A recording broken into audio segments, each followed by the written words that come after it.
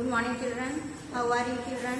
Class seven आप लोगों को मैंने जागरण गीत पढ़ाया, अर्थ भी बताया और समझा भी दिया। अब क्वेश्चन आंसर लिखा रही हूँ, आप देखिए। जैसे फिर एक बार मैं दोबारा समझा रही हूँ। देख कर मझधार को घबरा जाना न तुम, हाथ ले पतवार घबरा जाना न तुम। इसका अर्थ देखिए, मैं तो का फिर से बता दे रही हूँ, आप लोग ध्यानपूर्वक सुनोगे।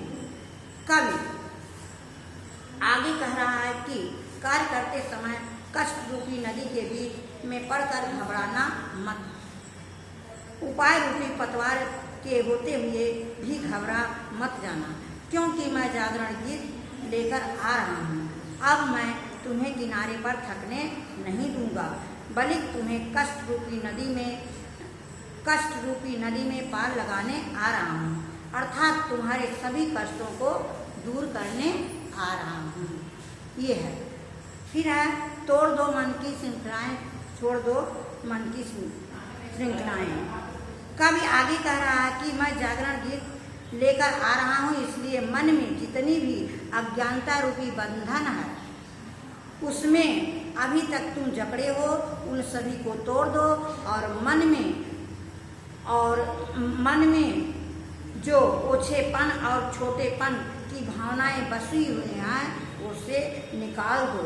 मैं तुम्हें केवल बिंदु मात्र ही नहीं बनने दूंगा, अर्थात छोटा नहीं बनने दूंगा।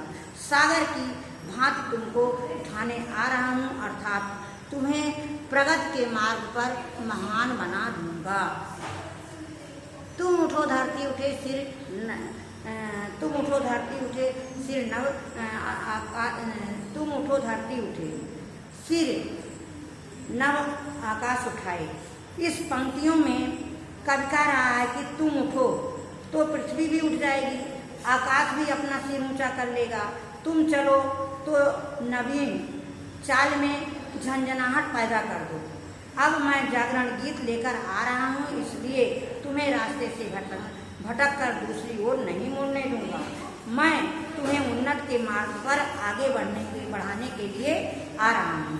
कविता की सभी पंक्तियाँ जीवन में जागरण और उत्साह पैदा करने वाली हैं। इसके पश्चात कविता में जो कवि ने आपको ज्ञान वर्धक चीज़ें सभी बातें बताई है, उसको आप अमल कीजिए और अपने जीवन में लाइए और अपने आलस को छोड़कर कर्म के मार्ग पर उन्नति करते करोगे। चाहे वो विद्यार्थी हो, चाहे वो गृहस्थ हो, चाहे वो किसान हो, चाहे वो व्यापारी हो, जब अपने कर्म को निष्ठापूर्वक करोगे तभी आगे बढ़ोगे। इस जागरण गीत के द्वारा कवि ने आपको कितनी अच्छी बातें बताई है। अब आइए देखते हैं क्लास वर्क में है प्रश्नोत्तर। कवि किन लोगों को जगाने के लिए कह रहा है? उत्तर है आपका, कवि उन लोगों को जगाने के लिए कह रहा है जो आलसी बनकर अकर्मठता की नींद में सोए हुए हैं। आलसी बनकर जो अपने कर्म के मार्ग को भूल गए हैं और आलसी हो गए हैं, उन्हें जगाने के लिए कवि कह रहा है। प्रश्न नंबर 2 है, कल्पना लोक में विचरण करने वाले को क्या करना चाहिए? कल्पना लोक में विचरण करने वाले को जीवन के वास्तविक धरातल पर